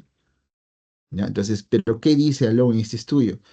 Nos ha dicho qué pasa si es que hay un pacientito en la suspensión de anticuerpos, perdón, de anticoagulantes orales post-ablación de fibrilación auricular. Cuando un paciente sufría una fibrilación auricular y le tenía que anticoagular, ¿cuánto tiempo debo de anticoagularlo? Era la pregunta. ¿Le suspendo o no le suspendo? ¿Corre un riesgo de resangrado o no hay resangrado? Entonces, este estudio nos dice que la fibrilación auricular sin recurrencia post-ablación, nos dice que suspender anticuerpo puede ser seguro y reduce el sangrado. O sea, este estudio nos dice que ya no le continuemos tratamiento anticoagulante a pacientes post-ablación de fibrilación auricular. Es seguro retirar la anticoagulación oral. Imagínate pacientes que sufren fibrilación auricular largo tiempo, están con warfarina, warfarina, warfarina, warfarina, warfarina, warfarina, warfarina. Y acuérdense que el tiempo de ventana para el uso de warfarina es un INR entre 2 y 3. Si esta no está entre 2 y 3, puedes correr a procesos hemorrágicos o procesos isquémicos. ¿Ya? Entonces, eso nos lleva a este estudio, ¿no? Y por último, el estudio Víctor, que nos habla de justamente, pues, el vericiguat. O sea, la introducción de ¿quién? De GLP-1. ¿Ya? Antes ese GLT-2 era, ¿no? Ahora ese estudio nos habla del GLP-1. Nos dice que vericiguat reduce la mortalidad cardiovascular y total, aunque no las hospitalizaciones. Pero ya el hecho de que hay una reducción de la mortalidad cardiovascular ya lo toma interesante ese fármaco. En realidad, los GLP-1, chicos, están causando impacto en la salud de los pacientes obesos. ¿Cómo es que un fármaco, en este caso, por ejemplo, el semaglutide, ¿ya? Que son GLP-1, cómo es que un fármaco que ha sido creado para la diabetes conlleve a que la obesidad pues desaparezca. Incluso los GLP-1 se han visto impactados en Estados Unidos porque por primera vez desde 2023 hasta 2024 se ha visto una reducción en la curva en Estados Unidos de obesidad. No había, desde hace muchísimas décadas, no había una reducción de obesidad, estaba subiendo, subiendo la obesidad. Y la combinación de este GLP-1 recién ha marcado una noticia histórica que justamente pues hay una reducción, no significativa, pero ya el hecho de que la curva ya no está creciendo, sino está bajando, y es algo impactante en la población. Gracias a quién? A los GLP-1. Acá en el Perú, pues el Ozempic y esas marcas, que justamente también hay algunos profesionales que lo están utilizando para el tratamiento de obesidad y les está ayudando, hay marcada diferencia. ¿Sí? Entonces son estos 5 estudios que más o menos pues nos van a llevar a que mañana más adelante pues podamos tomar medidas, podamos tomar en la mejoría del paciente y justamente actualizarnos en todas las terapias que existan, ¿no? Ahí les tengo los artículos 2025 que han sido presentados básicamente en el Congreso último ya de cardiología, justo hace poco nomás, en agosto el 18 hasta el 22 de agosto creo que duró el Congreso y presentaron estos artículos, pues, ¿no? Ya lo pueden encontrar también en publicaciones, ¿no? En PubMed y en otras publicaciones, ¿no? Muy bien, chicos. ¿Preguntas? Creo que eso es todo. Espero haberles servido con la información. No sé si tengo preguntas.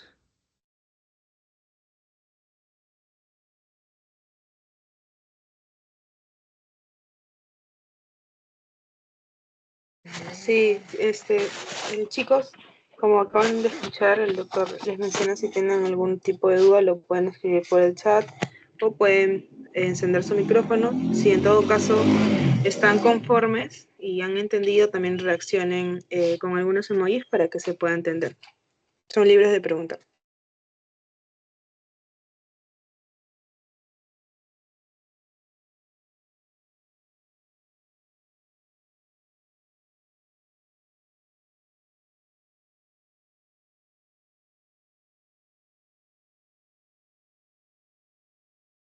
A ver, Brian me pregunta, ¿hay para ustedes? Claro que sí hay para ustedes.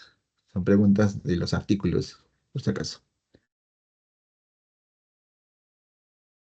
No, mentira. Ahí creo Marcela o quien sea a cargo hoy día, pues ya les va a decir la información, pues, ¿no, chicos? Sí, doctor, Ujú. muchas gracias por su ponencia, doctor. Justo ahorita les estoy mandando el post chicos. No sé si tengan igual alguna pregunta para el doctor. Sé que el doctor se las va a poder resolver. Em, ¿tendrán alguna pregunta, chicos? Si no, ahí está también el post. Igual no se vayan a salir porque todavía tenemos una ponencia más que nos falta, ¿verdad, doctor? Sí, sí, sí, Sí. justamente eso que es como se llama tuberculosis, ¿ya? Y mañana, no sé si me confirmas, Marcela, la hora de mañana para terminar con lo que es úlcera péptica y tratamiento de gastritis, creo que es.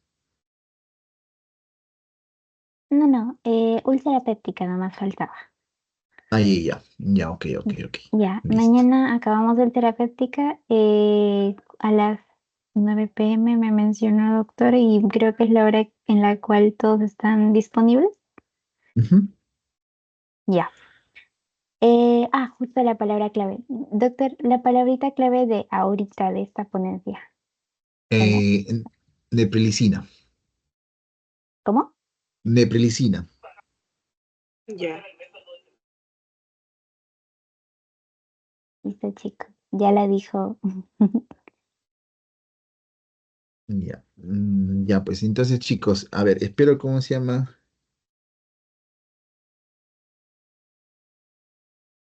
¿Con fe? ¿Con fe?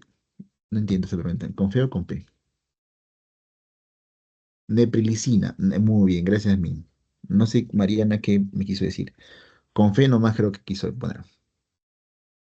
Bien, neprilicina. Ya, muy bien. Ah, ya, neprilicina. Así como le escribió, neprilicina. Ya, muy bien. Entonces, chicos, espero que le haya pues gustado la presentación de insuficiencia cardíaca. Lo más importante es que ustedes sepan la parte fisiopatológica y automáticamente pues les va, ¿cómo se llama?, servir para la terapia.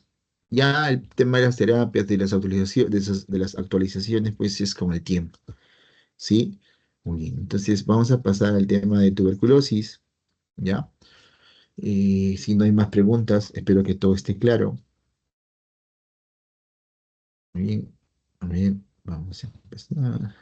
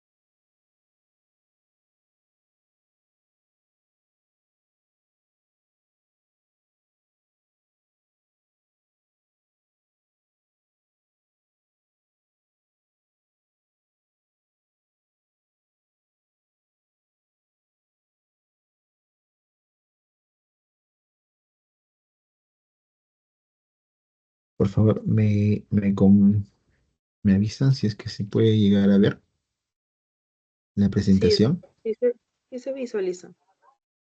Muy bien, chicos. A ver, vamos a empezar. Repito, tuberculosis es al toque, son los nuevos esquemas, algunos esquemas modernos y manejos de resistencia, pues, ¿no? Pero bueno, para hablar de TBC, chicos, para hablar del TBC, pues tenemos que estar, entre comillas, orgullosos, se podría decir, en el sentido de que, entre comillas lo digo, no tanto. ¿Por qué? Porque en el Perú el manejo de TV realmente es un manejo pues muy bueno. Y eso sí reconocido por incluso por algunas pues entidades de estados extranjeros, ¿no? Estados Unidos, todo eso. Obviamente que nuestra práctica nos lleva pues a eso, ¿no? Aunque justamente pues tengamos un manejo adecuado. Obviamente que también tenemos pues surtiditos, ¿no? Tenemos resistencia a la isoniazida, resistencia a la rifampicina, resistencia a los medicamentos de primera línea y todas esas cosas que con el tiempo pues se ha visto, ¿no? Tenemos el MDR, el XDR y así sucesivamente. Entonces, ¿qué pasa con tuberculosis pulmonar? Básicamente cuando nosotros hablamos con tuberculosis, bueno, hablamos de tuberculosis pulmonar, tenemos que tener claro y ya de antemano les digo, la bibliografía de referencia siempre va a ser MINSA, chicos. Quieren profundizar con algunas cosas, con otras, esto sí es bueno, pero ustedes tienen que saber el tratamiento básico de lo que te plantea el MINSA. ¿Por qué? Porque es lo que vas a plantearlo aquí, porque es lo que hay en el Perú. Sí, doctor, yo existo medicamentos sofisticados, sí, pero no para teoría sí está bien, pero para tu práctica no va a ser tan útil. Tienes que ver a los esquemas que el Perú plantea, cómo es el manejo de ese tipo de pacientes. Y obviamente, pues te puedes actualizar con algunos buenos manejos, ¿no? Entonces, por qué se armó la resistencia? ¿Por qué tenemos resistencia? Por ahí alguna vez yo pregunté y me decían, doctor, a la automedicación. Chicos, nadie se automedica con TBC. Nadie, créeme que no. Si ustedes se dan cuenta en los esquemas que más o menos deben tener por ahí o noción de cuántos fármacos son en los primeros meses, se dan cuenta que el paciente toma entre 8 a 10 fármacos, incluso un poco más. ¿Y qué son, doctor? ¿Mensuales? ¿Qué mensuales? Son diarios, chicos. Es demasiadas pastillas. Ese es el tratamiento TB que tenemos. Entonces, ¿dónde partió la resistencia? ¿Por qué? Porque los pacientes dejaban el tratamiento. Es más, había varias hipótesis. Digo hipótesis porque yo nunca las he visto, pero sí las he escuchado. Por eso sigo manteniendo hipótesis, ¿no? Digo, ¿no? Hipótesis de que los pacientes pues recibían la medicación y las vendían. Recibían, llevaban a casa, no la tomaban. Si la tomaban, lo dejaban en tratamiento y obviamente, pues, ¿no? Ustedes saben que cuando una persona no termina su terapia, corre riesgo de resistencia. Y no solamente pasa en todo, en los antibióticos es pan de cada día. Y eso se lo debemos a las farmacias, ¿no? Que por vender te lo venden.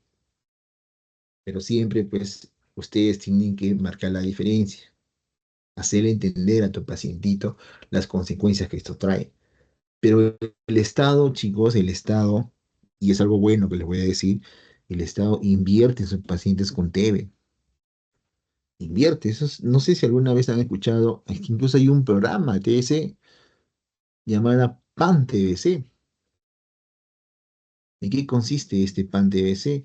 En que todos los pacientitos diagnosticados con TBC pulmonar reciben mensualmente un tipo de canasta.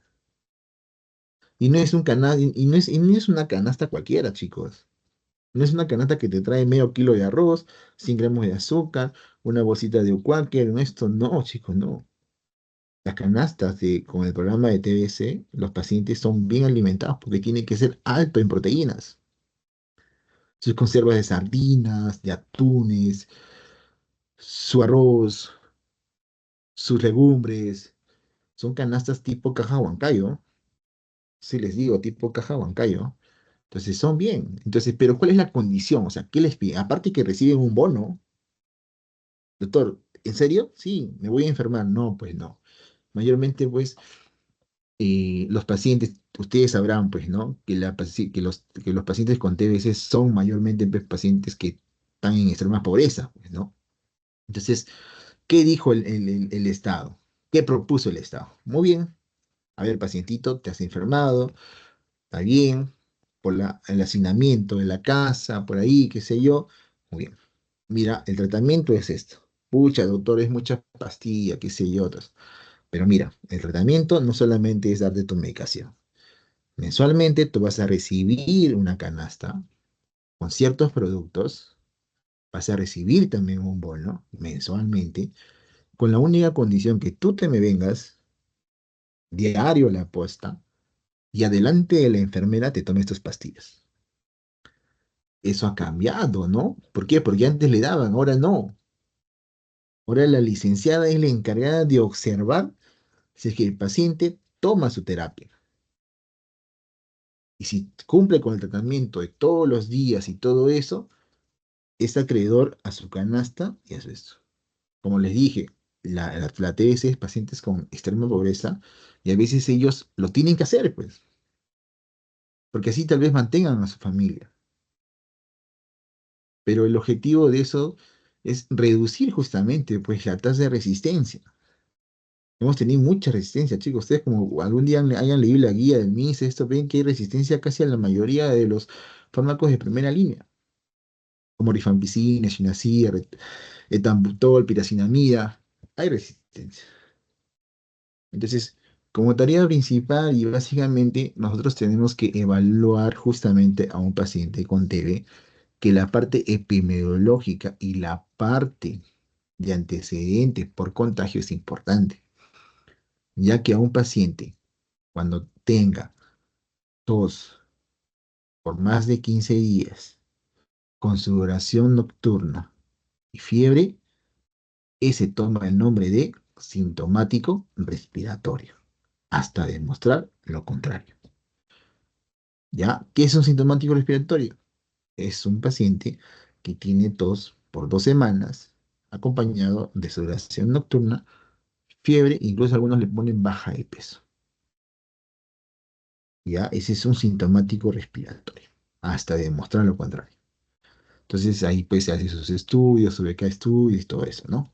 Entonces, básicamente nosotros tenemos un flujograma para el diagnóstico de TB, ¿no? ¿Cómo detectamos? Ya sabemos que, por ejemplo, le preguntamos, sí, mi tío va a tener TBC, ido a su casa, entonces es muy probable, ¿no? Entonces hay la PDR y la baciloscopía, ¿no? Tanto negativa, positiva. Si es negativa, su consulta médica, le hacen los criterios, y si es positiva, pues podemos tener un caso de TB, ¿no? Prueba de sensibilidad, de primera y segunda línea, más cultivo, prueba de sensibilidad fenotípica y resultado de resistencia a medicamentos. El esquema básicamente consiste en eso. ¿Por qué? Porque yo no puedo, pues, darle a un paciente, yo no puedo iniciar el tratamiento de un paciente si es que yo no hago un estudio de resistencia a medicamentos. Imaginemos que ese paciente ya sea resistente a la sinacía, ya sea resistente a la rifampicina. ¿De qué vale iniciar un tratamiento por 6 meses matándolo si ya sé que no le va a hacer nada? Pues es muy importante las pruebas de sensibilidad, los resultados de resistencia a medicamentos, para que me diga de una vez contra qué estoy y cuál es el tratamiento de este paciente. ¿Sí? Muy bien. Entonces, ¿qué tenemos aquí básicamente? Tuberculosis pulmonar, persona a quien se le diagnostica tuberculosis con compromiso de pareja pulmonar, con o sin confirmación bacteriológica, vaciloscopía, cultivo, prueba molecular. Se incluyen variantes como fracasos o diagnósticos sin confirmación bacteriológica basados en criterios clínicos o epidemiológicos. Un poquito de epidemiología, básicamente, ya miren la tasa de incidencia nacional de TB en 2024, mira, se estima que hay cuánto, se dice 80, casi 90 casos por 100.000 habitantes, chicos. Obviamente que esto ha bajado, porque después del COVID, o sea, en el COVID la incidencia de TB ha bajado, y eso se lo debemos gracias a quién, al uso de mascarillas. Pero una vez que esto se está volviendo ya, se está volviendo a incrementar, porque ya la tasa de contagios, es que, por ejemplo, ¿no? Viajar en el metropolitano, imagínate una persona que está con TB, Dios mío, ya ahí ya básicamente tenemos pues casi 100 infectados. No 100, sino los que están cerca, ¿no? Pero de todos modos, imagínate que están cerradas las ventanas, que no hay flujo de aire. Entonces esto puede llevar a más infectados, ¿no? Entonces, miren, la Lima Metropolitana 2024, la incidencia básicamente es 128,2 casos por 100.000 habitantes, muy por encima del promedio nacional. La morbilidad básicamente en casos notificados son 142 por 100.000 también. En el Perú, en el Perú, en total en el Perú son 33.049 casos y prácticamente el 44,6% lo representa Lima. Doctor, ¿y de MDR cuántos tenemos? 1.456 casos dentro del total. ¿Ya? Entonces, todavía está perenne la incidencia, la epidemiología de TB no ha bajado. En el 2023 sí había una baja significativa, pero ya está empezando a tener igual apunte. Y eso se debe a que, obviamente, pues el hacinamiento, en el caso de muchos contagios, que no hay una charla adecuada de TBC, paciente entero que tu tío tiene TBC y esas cosas, ¿no? Que conllevan a una tasa de incremento, ¿no? Muy bien, acá por ejemplo también tenemos un cuadrito que nos habla básicamente de cómo están en el caso de Lima, el MDR, casos de TB, son casi 32.762 casos, mira, de movilidad de casos TB. ¿Ya, chicos? Entonces hay que cuidarse. Un panorama rápido de 2025. A ver, nosotros sabemos que el esquema básico de una TB sensible en el Perú son de 6 meses. 4 meses fármacos como isoniazida, rifampicina, etambutol y piracinamida, y después 4 meses con isoniazida y rifampicina. Sigue vigente. El esquema clásico de los 6 meses para una TB sensible en el Perú sigue vigente. ¿Correcto? Muy bien. Doctor, ¿y cuál es un esquema moderno? Hay un esquema moderno, pero esto no es aplicado en el Perú. Este es por la CDC 2022. ¿Y qué dice este esquema moderno? ¿Qué nos dice? De los 6 meses pasa a 4 meses. Y pone en su tratamiento a la rifampicina, al moxifloxacino, ¿ya? Para TB pulmonar sensible en seleccionados mayores de 12 años, que pesan más de 40 kilos, sin sospecha de resistencia. El periodo inicial de 8 semanas es con este fármaco, con la rifampicina, más isoniazida y rifampicina. ¿Ya? Y 9 meses con el mismo tratamiento, ¿no? Recomendación CSI. ¿Ya? Esto básicamente es la CSI que recomienda de los 6 meses lo pasa a 4 meses. ¿Ya? pero obviamente con su terapia. Esta de acá que le estoy dando no es una terapia aquí en el Perú, es según el MINSA. La última actualización ha sido del 2024. La última, ¿no? Creo que ha sido en noviembre de 2024. Ya seguro va a salir, pero hasta que no salga, agarramos todavía los 6 meses. ¿Qué vemos? Acá comparamos, ¿no? Mira la de Perú, Minsa y la de el esquema moderno, pues, ¿no? Fármacos de fase intensiva, isoniazida, rifampicina, piracemia, etambutol. En este caso tenemos a la rifampicina, a la moxifloxacino, a la isoniazida y la piracinamida. ¿Ya? Ese es el esquema básicamente en la fase intensiva. Duración de la fase intensiva, en este caso son 2 meses, ¿ya? 2 meses de estos 4 fármacos y 4 meses de isoniazida y rifampicina.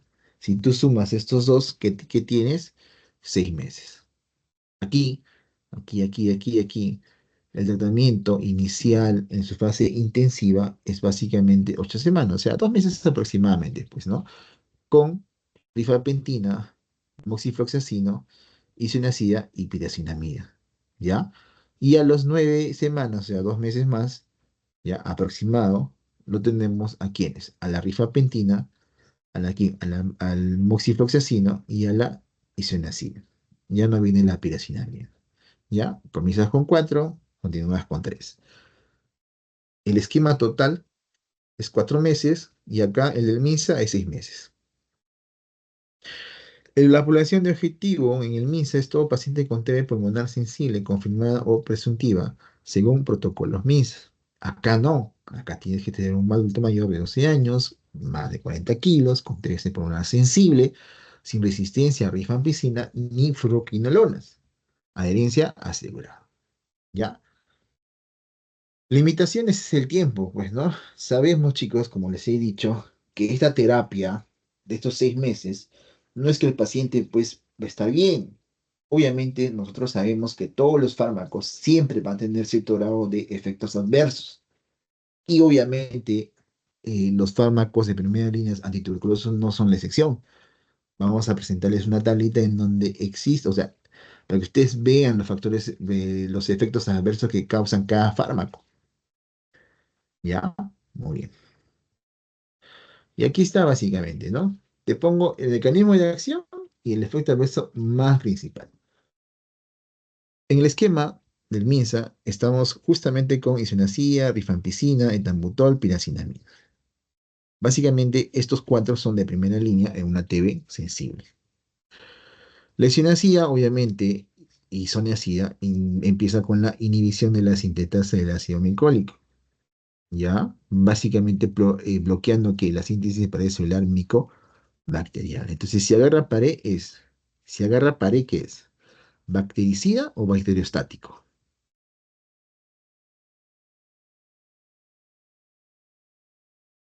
Es un bactericida, ¿correcto? Doctor, agarra pared, claro, es un bactericida, lo está matando, no tiene su pared.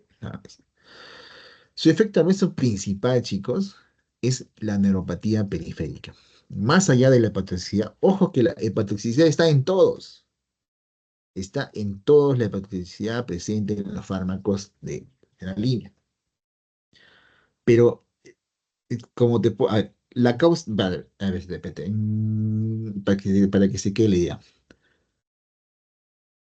Pero el efecto adverso más asociado a la eosinophilía es la neuropatía periférica. Es por eso que los pacientes, a los 2 meses o a los 3 meses de tratamiento, ya debo dosar vitamina B6, piridoxina, para ser exacto. ¿Ya? ¿Por qué? Porque corre el riesgo de una reducción o un déficit de B6. Y la periodicina es muy importante, chicos. Tiene que ver mucho con la estabilidad nerviosa. Entonces, al no tener B6 puede generar una neuropatía periférica. ¿Ya? Entonces hay que tener mucho cuidado con la equinacia, con el hecho de su efecto adverso principal, en este caso la neuropatía periférica. Puede haber rash, puede ser fiebre, lupus, anemia hemolítica, puede ser. Luego viene la rifampicina. Prácticamente inhibe la ARN polimerasa dependiente de ADN bacteriana y bloqueando la transcripción. Entonces tenemos básicamente un bacteriostático, hepatotoxicidad, te da un síndrome pseudogripal, coloración anaranjada de la orina, en la que te marca, ¿ya? Acuérdate que también, ¿quién tiene esa coloración anaranjada de orina? Alguien que ha tomado, que alguna vez ha estado con algún dolor urinario, ¿nadie? ¿Cómo se llama el fármaco que te empieza a teñir también la orina, en color amarillo? Bueno, anaranjado, la finasterida, ¿no? O a veces también le dicen, eh, ¿cómo es el nombre de Piridium? Piridium, debe Piridium. Es un analgésico diurético que justamente sirve para eso, pues, ¿no? La coloración de este fármaco es anaranjado en la orina, ¿ya? Esa quien te marca la rifampicina. Es un potente inductor enzimático CYP 450. Entonces, hay que tener cuidado con anticonvulsivantes y anticoagulantes. ¿Ya? Entonces, al ser un inductor, al ser un potente inductor enzimático, corre ese riesgo de que pueda exacerbar los anticoagulantes y los anticonvulsivantes. Ojo con eso. Preferible no darle en pacientes que tengan anticoagulaciones o que son anticonvulsivantes.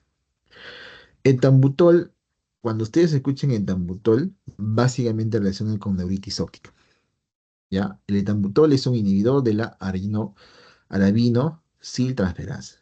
Básicamente impide la síntesis de arabino galactano de pared celular. Cuando es pared celular, ya les he dicho, bactericida. Neuritis óptica, disminución de la agudeza visual, interacción del rojo-verde, reversible si se suspende, hiperuricemia, RANS y altralgias. Piresinamida es un profármaco, ¿ya? Por lo tanto, necesita de quién? Del hígado para activarse, ¿ya? Pero este puede causar hepatotoxicidad grave en algunos casos. Hiperuricemia, la dichosa gota, a consecuencia de altralgias, RAS, fotosensibilidad. Rifampicina es una alternativa moderna, ¿ya?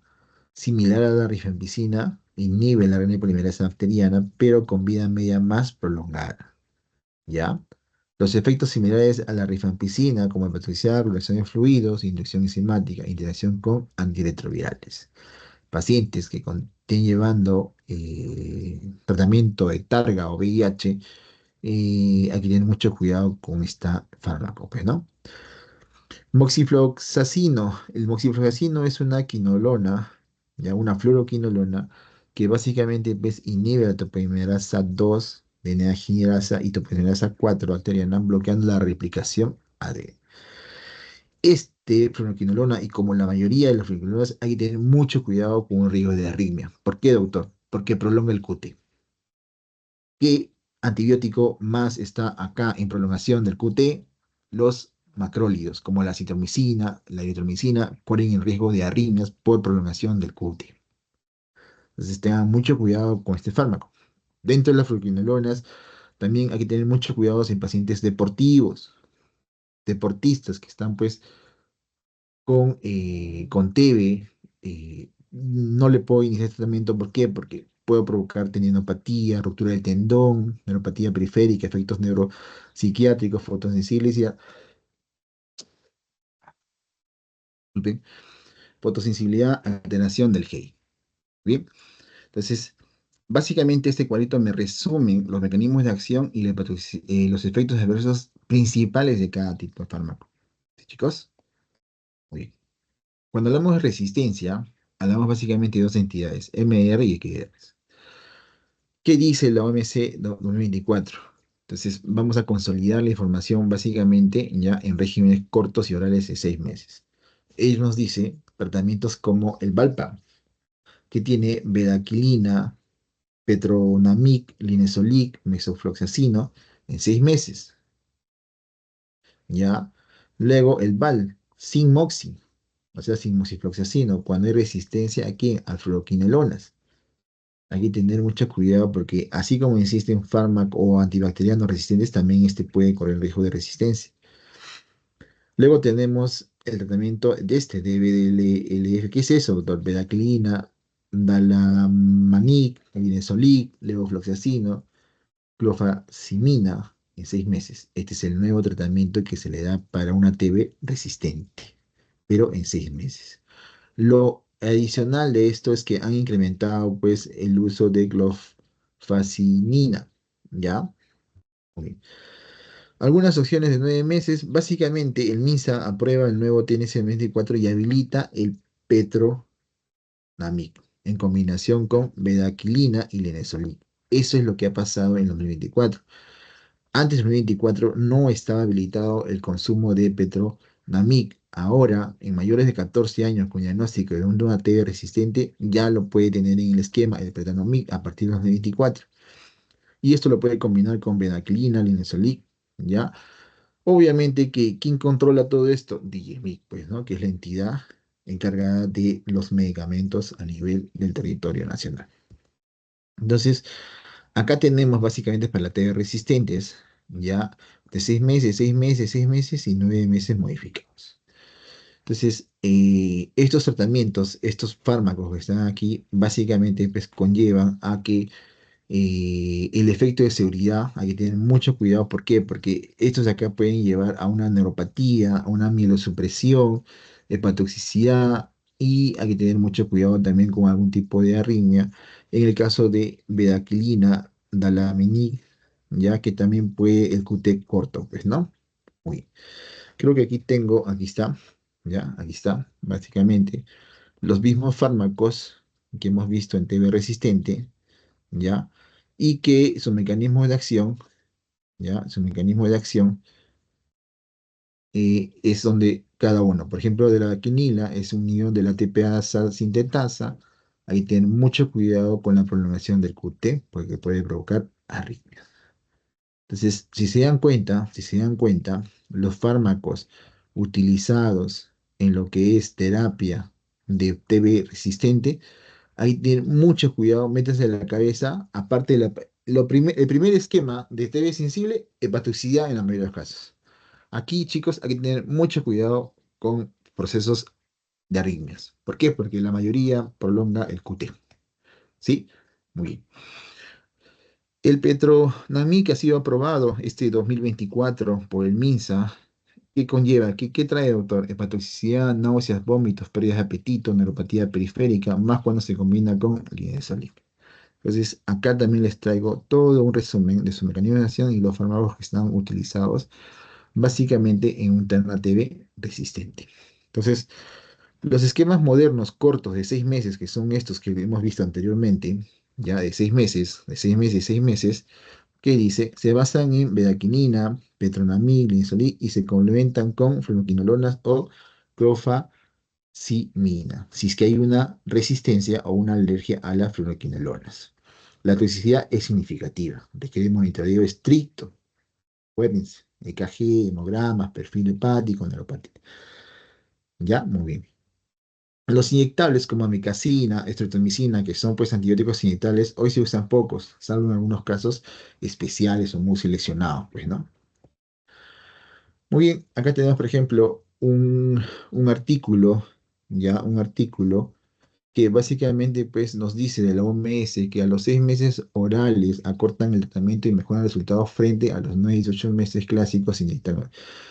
¿Qué se ha visto con los tratamientos actuales? ¿Qué nos dicen los tratamientos actuales? Nos dicen, doctor, que se ha visto que los tratamientos en 6 meses de vía oral acortan el tratamiento y mejoran resultados, que hay mucho mejores resultados en comparación con los tratamientos en 9 a 18 meses clásicos, que estos conllevaban inyectables y más toxicidad, pues, ¿no? Acá les traigo ese artículo que menciona esto como tratamiento de la droga.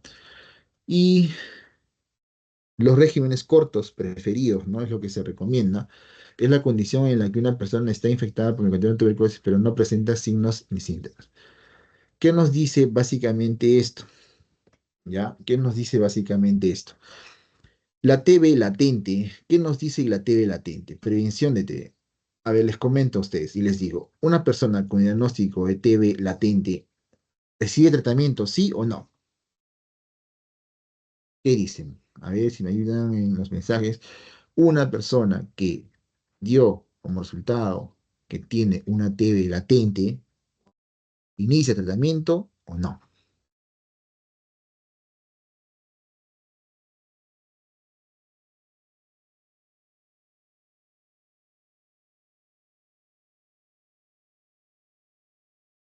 ¿Qué piensan? ¿Qué dicen?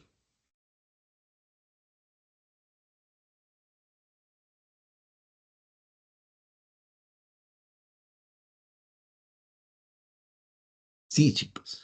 Sí. El tratamiento de este es la principal estrategia de prevención primaria con la TV activa. Entonces, yo tengo que empezarle al tratamiento, pero tengo que empezarle a este pacientitos con TB latente. ¿Ya? ¿Por qué? Porque me va a reducir riesgo de progresión en poblaciones riesgos, contactos domiciliares, casos bacilíferos, personas con VIH, pacientes con TB inmunosupresoras, niños menores de 5 años expuestos a plazoinis. Entonces, ¿es importante el tratamiento? Sí lo es. Sí lo es. Está cortísimo. Puede ser duración con rifampicina, 4 meses. Puede ser con 3 meses de isoniazid y rifampicina, ¿ya? O sea, sí reciben tratamiento los pacientes con TB latente. El hecho de que sea latente no, sí recibe. ¿Por qué?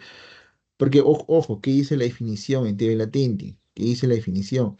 Es la condición en la que una persona está infectada, o sea, tiene la infección, pero no presenta síntomas ni signos clínicos de enfermedad activa, ni evidencia radiológica TB, pero sí tiene Mycobacterium tuberculosis, sí está presente.